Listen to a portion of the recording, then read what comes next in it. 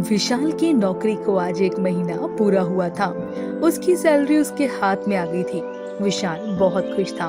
घर आते आते विशाल 4-5 प्रकार की मिठाई लेकर आया। तब विशाल कहता है, माँ, आओ मिठाई खाओ। देखो आज मेरी पहली सैलरी मिली है। अरे वाह बेटा, ये तो बहुत खुशी की बात है। तुम्हें बहुत बहुत बधाई हो बेटा। माँ, पूरे महीने में इसी दिन का इंतजार कर रहा था। हाँ बेटा, हम काम तो पैसों के लिए ही करते हैं, और हमारे मेहनत के पैसे हाथ में मिलने के बाद जो खुशी होती है ना, उसका मजा ही कुछ और होता है।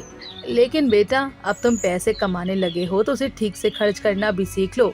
बेकार खर्चे मत करना। माँ, अब आप शुरू मत हो जाओ। मैंने कहाँ बेकार का खर्च किया है। देखो बेटा, अभी की ही बात है। तुम इतनी सारी मिठाई लेकर क्यों आए?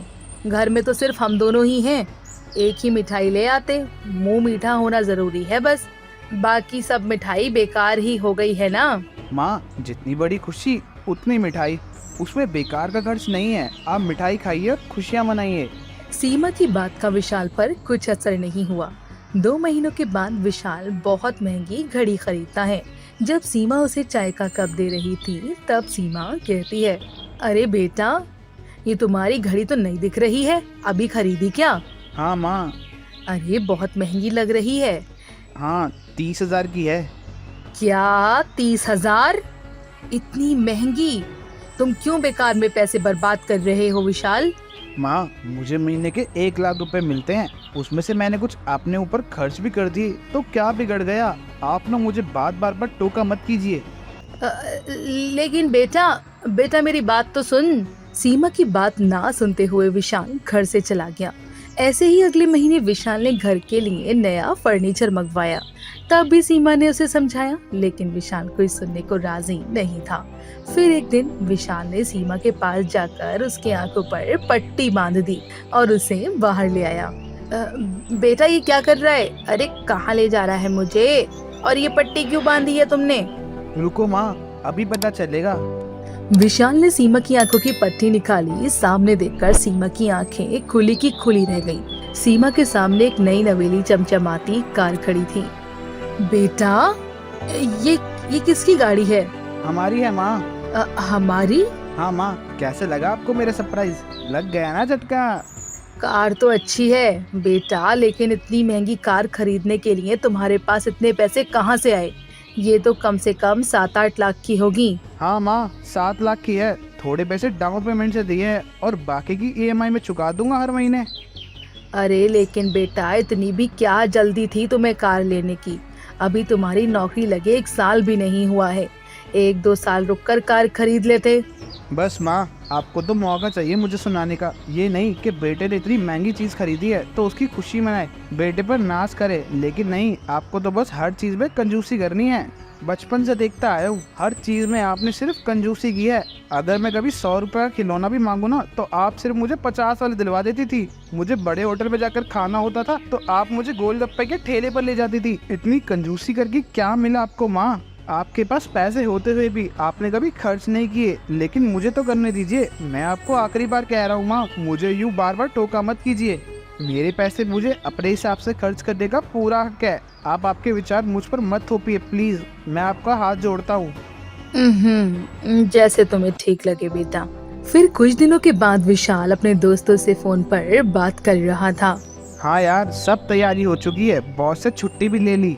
चलो तुम सब एयरपोर्ट पहुंच जाना, बहुत मजे करेंगे हम सब मिलकर। नहीं, अभी मैंने माँ को नहीं बताया, निकलते समय बताऊंगा। पहले से बताया तो फिर शुरू हो जाएंगी वो, इतना खर्च क्यों कर रहे हो, क्या है, ये है वो है। मैं पिकनिक पर जाने से पहले उसका मजा किरकिरा नहीं करना चाहता भाई। बेटा, तुम कहीं जा रहे हो? हाँ माँ, मैं अपने कुछ दोस्तों के साथ 1 महीने के यूरोप टूर पर जा रहा हूँ। 1 महीने के लिए? इतनी छुट्टी तुम्हें मिल गई? हाँ माँ, वो सब मैंने मैनेज कर लिया। मैं थोड़ी देर में निकल जाऊंगा। विशाल ट्रिप के लिए निकल गया। 1 महीने के बाद विशाल अपने दोस्तों के साथ मजे करके लौटा था। वो आराम कर रहा था, तब उसके बॉस का फोन आया। विशाल, तुम्हें एक न्यूज़ देनी है। हमारी कंपनी पिछले कुछ महीनों से लॉस में जा रही है, इसलिए मैनेजमेंट ने तय किया है कि हम कॉस्ट कटिंग कर रहे हैं। ये बात सुनकर विशाल को तेज झटका लगा।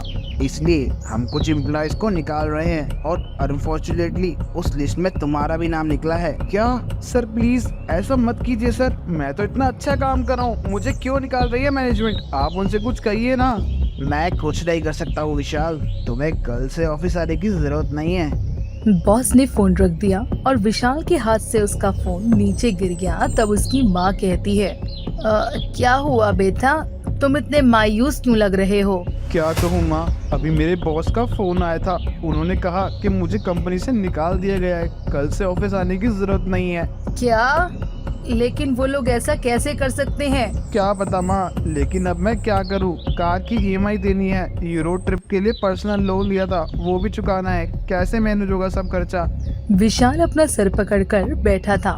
सीमा को कुछ भी समझ नहीं आ रहा था कि अब क्या करें। विशाल का जॉब जा चुका था और वो अपना लोन चुका नहीं पा रहा था। कुछ दिनों के बाद कार की ईएमआई ना भरने की वजह से उसे अपनी प्यारी कार लौटानी पड़ी। कार की चाबी लौटाते वक्त विशाल बहुत निराश हो गया था। फिर एक दिन विशाल को बैंक से फोन आया। मिस्टर विशाल, बहुत दिनों से आपने अपने लोन का पेमेंट नहीं किया है, अगर आपने जल्दी लोन नहीं चुकाया तो हमें यहाँ पर लीगल एक्शन लेना होगा। सर मुझे थोड़ा सा समय दीजिए, मैं जल्दी आपके पैसे चुका दूंगा। मैं आपको 7 दिन का समय देता हूँ, अगर 7 दिनों में आपने पैसे नहीं दिए तो आप पर एक्शन लिया जाएगा। बैंक मैनेजर की बात सुनकर विशाल ने अपना सर पकड़ लिया। उसे अब समझ नहीं आ रहा था कि वो किस तरह से बैंक के पैसे चुकाए। तब सीमा आकर विशाल के सर पर हाथ फेरने लगी। क्या हुआ बेटा, किस बात की चिंता कर रहे हो? माँ, अगर मैंने 7 दिनों में बैंक का लोन नहीं चुकाया तो वो लोग मुझ पर लीगल एक्शन लेंगे। अब मैं क्या करूँ माँ, कुछ समझ में नहीं आ रहा। सब ठीक हो जाएगा बेटा, तुम चिंता मत करो। दूसरे दिन सीमा हाथ में कुछ पेपर्स लेकर आई और बोली, अरे बेटा ये लो। ये क्या है माँ? पढ़ो बेटा। विशाल ने पेपर पढ़े और फिर बोला, माँ ये क्या, आपने सारा लोन चुका दिया, आपके पास पैसे कहाँ से आए? बेटा मैं तुमसे हर बार कहती थी कि पैसे बचा कर रखना, हमें कभी भी पैसों की जरूरत पड़ सकती है, हमें हमेशा तैयार रहना चाहिए। तुम मुझे बोलते थे ना कि मैं कंजूसी करती हूँ, वो कंजूसी नहीं थी बेटा, वही बचाए हुए पैसे आज काम आ गए। अगर मैं भी तुम्हारी तरह सारे पैसे खर्च कर देती तो तुम्हारी इतनी अच्छी पढ़ाई नहीं होती। आज तुम्हारा लोन चुकाने के लिए मेरे पास पैसे नहीं होते। बेटा समय का कोई भरोसा नहीं होता, कभी भी कितने भी पैसों की जरूरत पड़ सकती है। मुझे माफ कर देना माँ, मुझे पहले ही आपकी बात समझ जानी चाहिए थी। आपने मुझे कितनी बार समझाया लेकिन मैं आपको ही उल्टा सीधा बोलता रहा। मुझे आगे की सोचकर अपने खर्चों पर कंट्रोल करना चाहिए था।